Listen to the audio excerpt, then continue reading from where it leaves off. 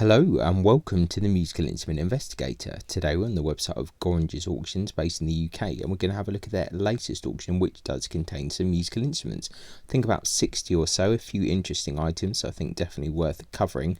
This auction is finishing on the 4th of March. It's the 29th of February today, so a few days left to go. I'll put a link in the description as always. Do bear in mind that this is a UK based auction, so if you're looking to bid and you're abroad, then there might be import export charges, shipping fees, CITES restrictions, all of that kind of fun stuff you get.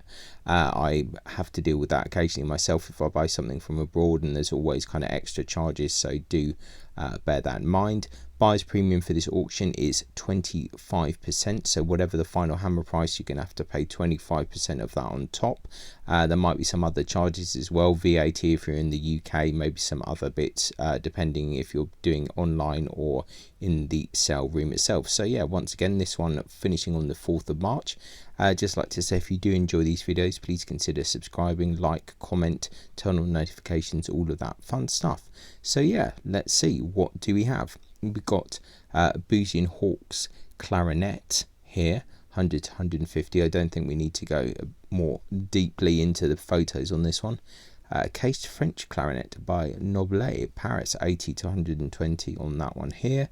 Two cased unmarked clarinets with early keys, 80 to 120. Let's have a look at this. I don't think we're seeing anything super interesting in terms of clarinets here, but there are quite a few pictures that we can look at, and they've got this browsery bit as well, so not a lot of information. One saying mid-19th century in rosewood, one with light brown bakelite body, so they're not the nice boxwood clarinets that I really like, but might be useful to someone not very knowledgeable about clarinets, I must be honest, but not seeing anything super fantastic, to be honest.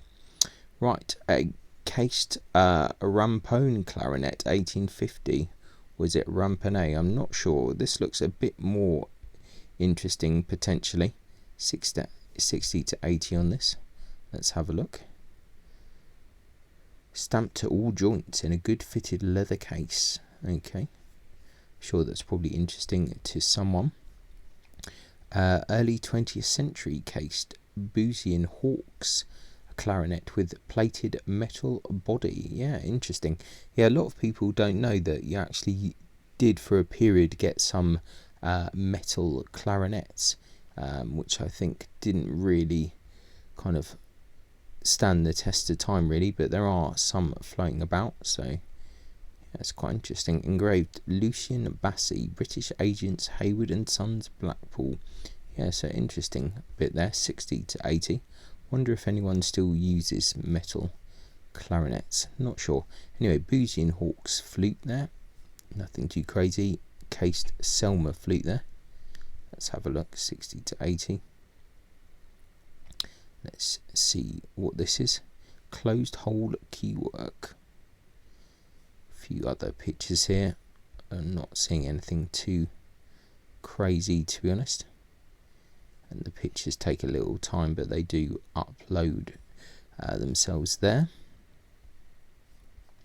Right, moving on. Oh, quite a lot of flutes in this cell. Buffet Cooper. Interesting, Buffet Cooper. It's not a name. I usually think Buffet Crampon rather than Cooper, but okay, interesting. There's another flute there. Ruddle and Cart flute. Some of these can be quite nice. With closed hole keywork and sterling silver head joint, 80 to 120 on that. And case Trevor James student piccolo. Let's have a look at this if we can. Internet is a little bit slow today. Looks nice enough. Let's see what else we got here. A cased Boozy and Hawkes Regents oboe. Okay, in case there. Let's have a look. 100 to 150 there, with its cleaning kind of brush. That's curious. Right, and what else do we have here? Let's have a look. Right, we've got an Elkhart trumpet, a 1980s Getzen trumpet, matte chrome finish, a cased Hawks & Sons cornet, okay, and looks like a trumpet as well, an American standard high grade trumpet with a brass mute and 3 mouthpieces. Interesting case there. Looks like both instruments have potentially seen better days. 80 to 120 there. I'm sure there's someone in the know out there that knows the true values of these. Right, interesting. A cased Grafton alto saxophone with cream plastic fittings, plastic body and brass plated keywork, serial number 13597. This is pretty curious, this thing. I think I've seen a few things similar before. I don't know if these are worth anything or not. If anyone knows anything about these, do let me know. 100 to 200 is the estimate. I'm sure they probably know the value of these things and would have put the estimate accordingly. But yeah, interesting looking kind of thing, almost kind of Art Deco-ish looking. Right, what else? Right, we're on to some violins. Interesting. Let's see. A cased 1830s violin by Didier Nicolas Aine. Okay. So it's got CITES restrictions here, with 2 bows, 1 bow stamped Louis Bazar. Okay, interesting. So let's have a look at the pictures here. Not many here. It's going to be hard to tell. 2 to 3,000. I mean, probably at least one, if not both of these bows silver mounted. Looks like it probably is quite a nice violin actually, from what I can see, but what I can see is not really a whole lot so far. But let's see, hopefully they got a lot of pictures. Certainly looks like an interesting violin. Looks like it's had a few repairs. Really nice scroll actually, you can see the graft there, so that's a good sign. Let's see what else we've got. Here's a couple of pictures of the bow so we can understand that a bit more. So yeah, hard to say, but that looks like it's probably nickel mounted. It's hard to see in this picture, and this one, not sure about the bows. Bit difficult to see, to be quite honest. Anyway, picture of the back, always useful. Let's have a look. Yeah, quite nice looking violin that. So, but obviously they know it's worth something with the 2 to 3,000 estimate there. Let's have a quick look at the picture of the heads of the bows. Yeah, it's a bit misleading from the pictures, but it would be good to have a look at them a bit more closely. And the last photo here is of the back of the scroll. Interesting looking violin anyway. I think they probably need to learn a thing or two about taking the best pictures, because for people buying violins, this kind of pictures in the case is not really particularly useful. Be better to take the kind of pictures with the instrument kind of upright in a normal kind of view as you'd expect on the main auction houses we're more used to viewing. But anyway, interesting violin. So moving on, if we can, let's skip through all the photos. Got another violin here, an English case violin by Thomas J. Is it Bellingham probably? Let's see. Yeah, Bellingham, Leeds, 1909. CITES. It's got a silver mounted bow. Why you wouldn't sell the bow separately? This is kind of a bit of a strange one. £600 to £800. Once again, it probably shows that this is an auction house that doesn't specialise in musical instruments and such, and you can see silver mounted bow. Otherwise most people would probably put that separately. Interesting scroll. Once again, these pictures, the angles of them really not particularly helpful, and kind of an odd choice of pictures as well. Yeah, looks kind of consistent with an English violin probably of that period. This kind of red varnish, 35.5 length the back. So interesting violin so far. A bit clunky the way the pictures are arranged. Is a 19th century violin with a lion's head. Interesting. So let's have a look at that. So it looks like your standard trade lion head violin. Let's not kind of get too into it really. It's got a low quality bow with it, 100 to 150. This is your standard trade lion head violin in a case 19th century German violin with paper for a Schweitzer copy. Yeah, it looks like your standard kind of 19th century trade violin from what I can see. Let's have a look what the back looks like, because sometimes these can have quite nice backs. Yeah, it's very, very standard looking. Exactly kind of what we're expecting. I think we've got a few more here as well. Let's see. Yeah, a few more violins here. Czechoslovakian student violin. I don't think this is going to be anything too crazy. And looks fairly standard. Yeah. Another Czechoslovakian student violin. Yeah, pretty similar. 19th century cased French violin. Okay, interesting. Let's have a look at this one. With bows, simulated ivory tip. Okay. It looks interesting scroll on this. They haven't put a label or anything, so that's kind of curious. Let's have a quick look at this front view. The bow is nothing really to look at. Violin looks interesting. Be quite cool to see a side view of the scroll, but it doesn't look like we're going to get it. But let's have a look at the back view of the scroll. Yeah, that doesn't look so interesting now from the back. Let's just have a look at the back of the instrument itself. Let's see.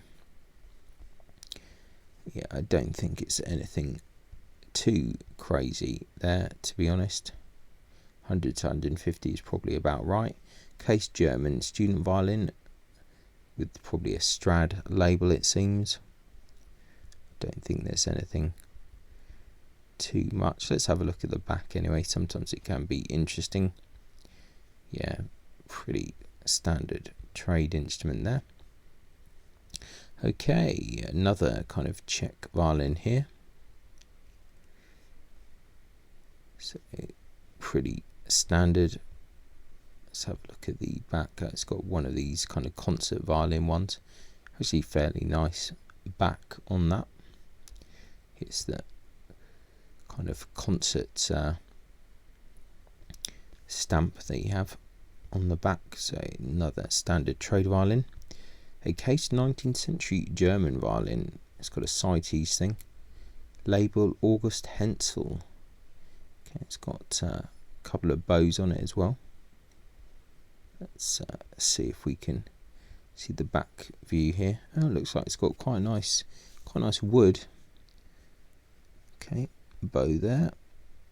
There's another bow on top. Let's see. Bit difficult to tell. Let's have a look at this. Yeah, interesting wood choice here.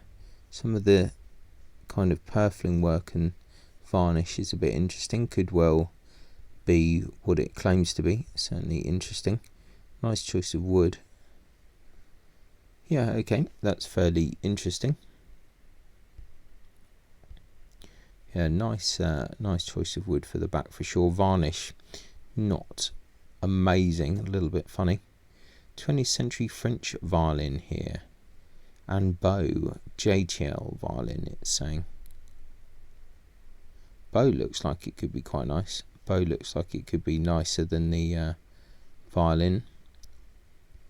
See if we've got any good pictures of that. Let's have a look at the back quickly. Yeah, it's a very standard kind of low-end French violin. Let's look at the head there of that bow. It's got like a bad break or something here, so bear that in mind. Otherwise it actually looked quite interesting from the frog point of view, but hard to say, but it looks like something a bit funny going on. Could have been picture distortion, but looks like something funny going on with the head there. Okay, let's return. Wooden cased early 20th century violin, 3/4 size. Don't think there's anything too much we need to look at on this. Actually looks quite a nice 3/4 violin. Actually looks quite well made, not in too bad a condition. Interesting scroll. It's almost like a kind of Del Gesù scroll, just a little bit rough around the edges. Interesting bow there. Yeah, not too bad for a 3/4 violin.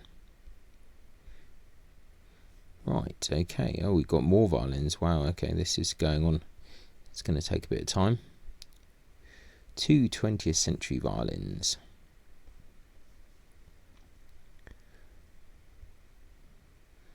Don't think there's anything too crazy there. This has been stripped, I think, which is unfortunate on the top, but I don't think it's anything too crazy. Let's see. Right, an unusual late 17th century and later cased quinton 5-string violin viola with early body with 18th 19th century neck and scroll. Yeah, I mean, let's have a look at this.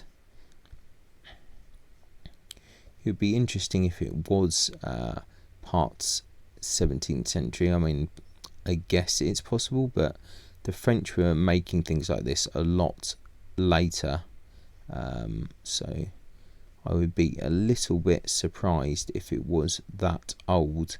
Interesting that it doesn't. It has kind of scratched purfling, so it's definitely a curious one for sure. Let's have a look at the back. Yeah, I mean, just looking at this, I don't think it's that old personally. I just think this is some kind of, at best, kind of late 18th century, more likely kind of 19th century thing that's been cobbled together. I think it's just a little bit roughly made rather than actually being old, especially from the top. But you know, I could be completely wrong here, but I am extremely skeptical about that kind of attribution there. But like I said, definitely wrong a lot of times, so it could be wrong that time as well. 20th century violin. Looks like it's probably a standard thing here. Yeah, nothing crazy here. 19th century German violin without a case. Okay. Looks like the varnish might have been fiddled with a bit on this. Fairly interesting back there. Nothing crazy. Some more violins. Wow, it's just keeps going on. 19th century cased Italian violin labelled Florentus Florinus. Okay, with silver mounted bow stamped Cuneo Huri in a fine hill style case. Okay, interesting. Let's have a look at this then. What's the estimate? 600 to 800. Yeah, I mean, I think it's, the bow may well be quite interesting, so this will probably go for a fair bit of money. Pretty cool looking scroll, to be honest. Not a maker I've ever heard of, to be honest. So slightly skeptical about that. Would be an interesting one for a dendro test. Kind of from the looks of it, I would have thought it's probably some kind of German violin, but could be completely wrong with that. Kind of interesting looking violin though. It's had a bit of a button repair there. Really, that's a really beautiful back and kind of interesting coloured varnish. So I'm pretty sure that this will sell for quite an amount of money, especially with that bow. That bow is kind of correct. But yeah, interesting violin, and it's got that kind of speculative aspect which will have people getting excited. So, but yeah, interesting lot. So auction is pretty curious so far. Right, an uncased early 20th century violin. Let's see. 35.5. Let's have a look at the back. Yeah, this is quite nice. Nice violin. Nice wood choice. Nice varnish. Let's have a look at the scroll there. That's a really nicely cut scroll there. Let's have a look at the back. Yeah, really nice, really nicely cut scroll. Quite kind of like thick, defined lines, but yeah, nice workmanship on that. So nice looking violin on that one for sure. 35.5, good length of back. So yeah, nice looking thing. Right, a cased fine French half-size Mirecourt violin. Okay, let's see, with a bow. Let's have a look.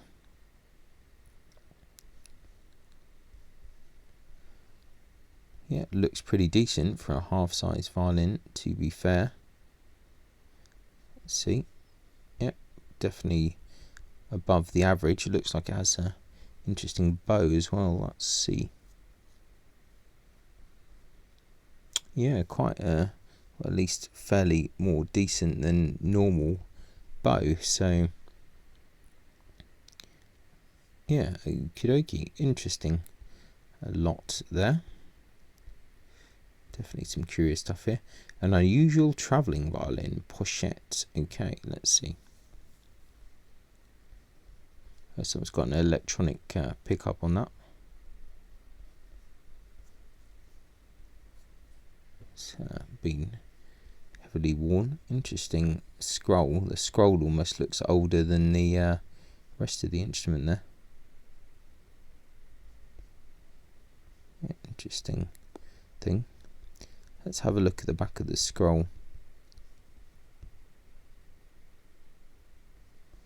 Yeah, very curious. It almost feels like the scroll is older than the rest of the instrument.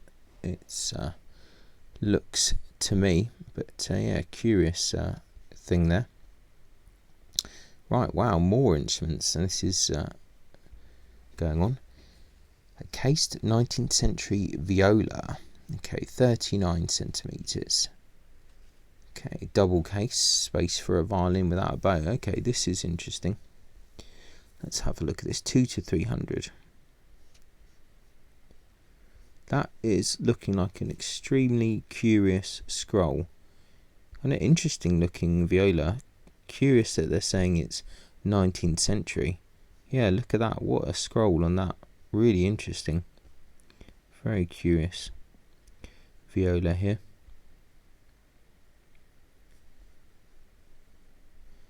Yeah, that is pretty curious. Yeah, some great stuff in this auction. Yeah, that's interesting back as well. Yeah, really interesting viola. And I would kind of suspect that it's more likely 18th century than it is 19th century. Personally, quite an old type of scroll there, but once again, could be wrong. But it's a pretty interesting auction, to be fair.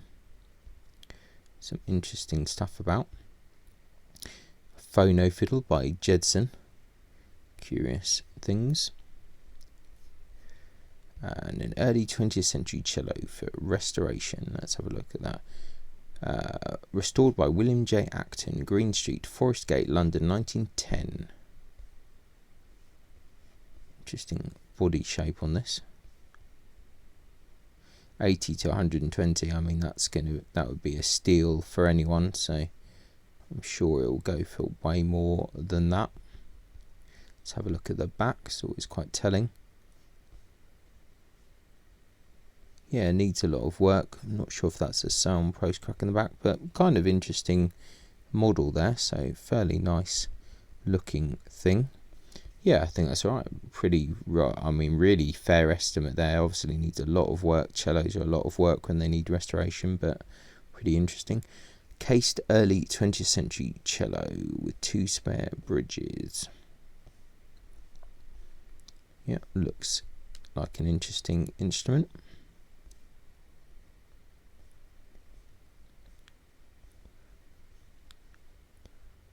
Let's see.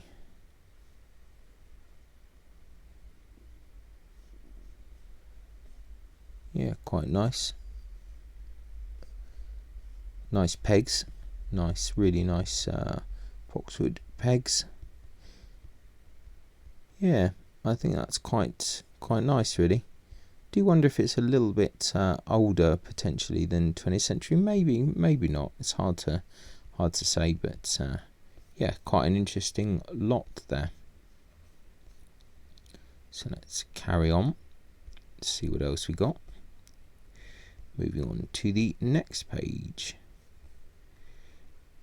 Early 20th century double bass. Don't think we need to look in that. It looks like a fairly standard trade violin. Trade double bass. 1920s Swiss flatback mandolin.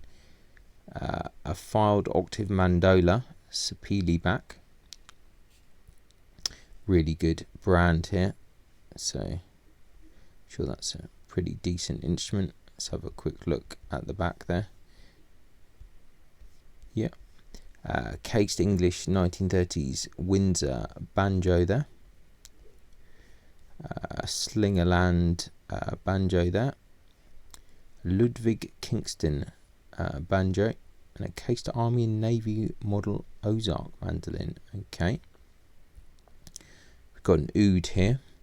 They're calling a Middle Eastern 11-string lute. Okay.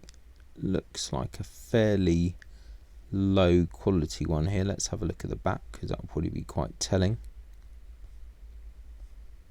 Yeah, I think it's a fairly low quality. Has a little bit of age to it, but nothing too crazy there. 60 to 80, needs a lot of work, but the wood quality is not very good.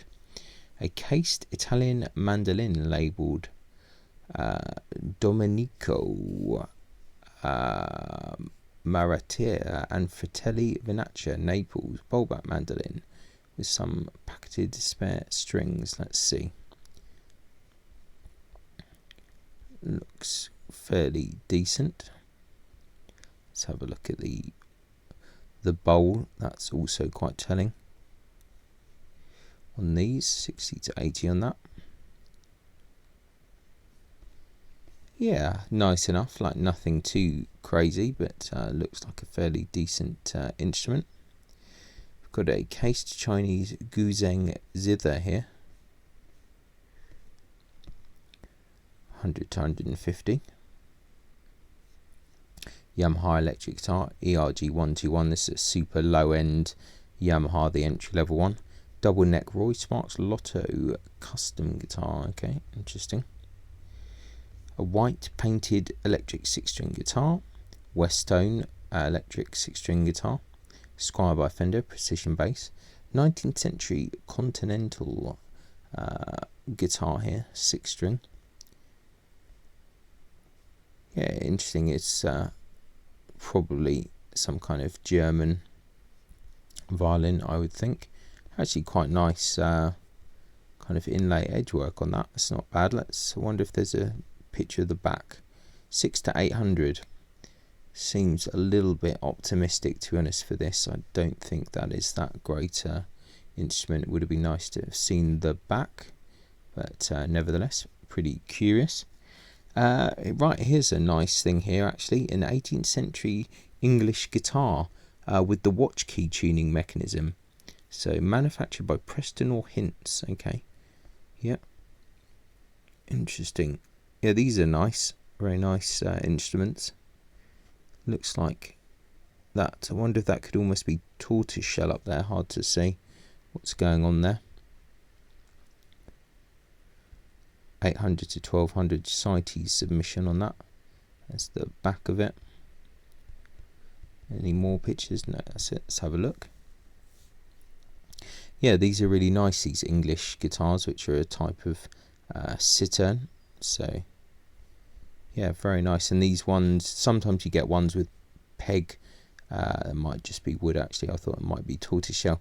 Sometimes you get ones which are peg tuned, but these ones with the watch key mechanism, really nice. So yeah, I think that's a fair estimate as well. These are pretty nice and not super common. Indian sitar with ivory bridge and decoration, yeah, 100 to 150. And here's one of these kind of harp guitar things. Harp lute by Edward Light, Royal Coat of Arms, CITES as well. Yeah, I mean, all of these Edward Light things, they look kind of fancy from like images, but I just don't think they're the greatest quality. I'm not a massive fan of them. These ones I think are a little bit nicer than some of the other ones here, and it's got some nice kind of gilt work or whatever they call it, but this one is in a bit of a state. I think it's had a bit of a hard life. 200 to 300, that's a very fair estimate, to be honest, for that. If it was in better condition, you'd be 1500 to 2000, but or maybe a little bit less, but one in that condition, that is a fair price, so can't argue with that. That is a very fair estimate. Zildjian drum kit cymbals there, 100 to 150. Let's see, do we have any more? I think we've seen quite a lot so far. Irish Bowron drum there. We've got 19th century French, 3 19th century French accordions. Okay, let's have a look at that. A few pictures there, 60 to 80. Got a Sandy Rogers kit built harpsichord after Giovanni Antonio, designed by Mark Stevenson. Okay, see, 100 to 150, potentially an opportunity to buy a cheap harpsichord. Probably will need some TLC, I would have thought. Yeah, interesting. It's pretty crazy what comes up at auction sometimes, isn't it? Small 20th century walnut harmonium here. And we've got a modern Welsh harp here, adjustable music stand, and an accordion, a German accordion, and I think that is it for musical instruments. Yeah, so there we go. That was the Gorringe's kind of musical instrument part of their latest sale.